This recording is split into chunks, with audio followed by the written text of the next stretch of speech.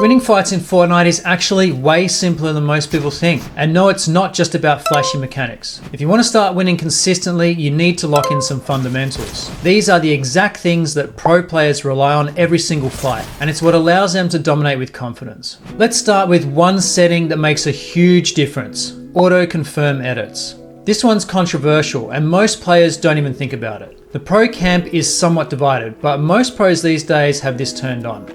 Pros like Peterbot, Mr. Savage, Bugha, Mongrel, Cooper, Polarized, the list goes on. The main advantage to having it on is the elimination of an extra keystroke to confirm the edit. Clearly this saves time, which means your editing is faster, and in the world of Fortnite, milliseconds can make all the difference. However, it does come with some limitations. Like you're forced to keep your crosshair in weird spots just to avoid selecting the wrong tiles. That ruins your crosshair placement, especially when you're trying to right hand peek. With it turned off, you have way more control.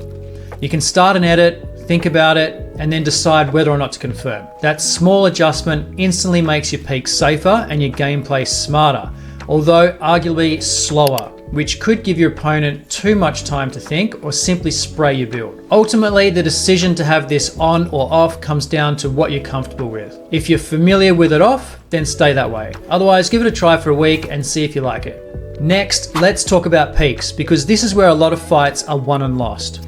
The two main peaks pros focus on are the right-hand corner edit, also called the peanut butter, and the simple right-hand window edit.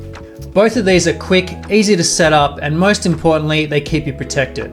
Compare that to a wide open edit like the low wall, the side wall, or the door arch, which are all basically coin flips unless you have a massive health advantage. Even the simple left side window edit is dangerous unless you're in an adjacent box and it's still considered on your right. Pros almost never make those wide open edits unless they're 100% confident they can trade shots and win.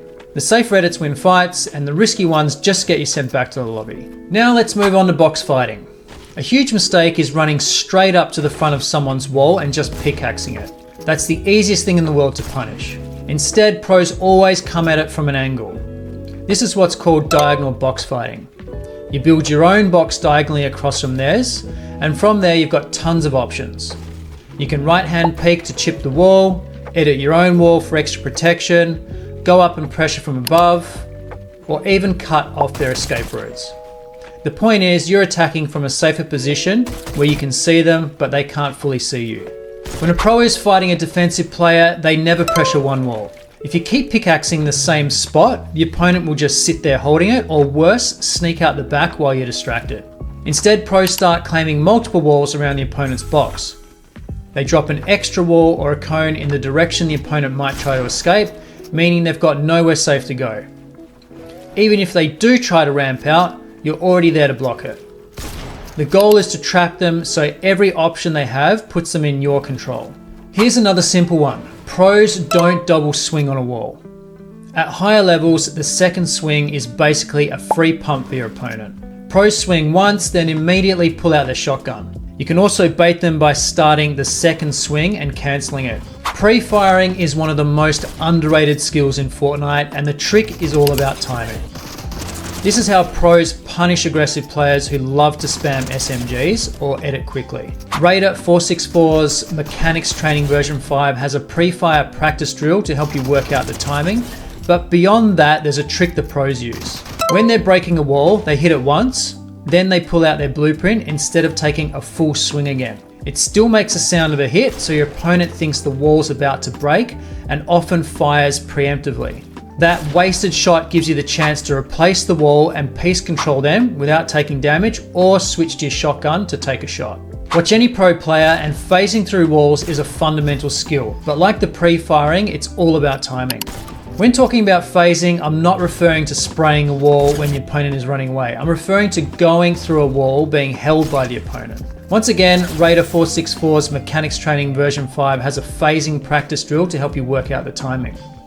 When phasing the wall, use your pickaxe and switch immediately to your shotgun.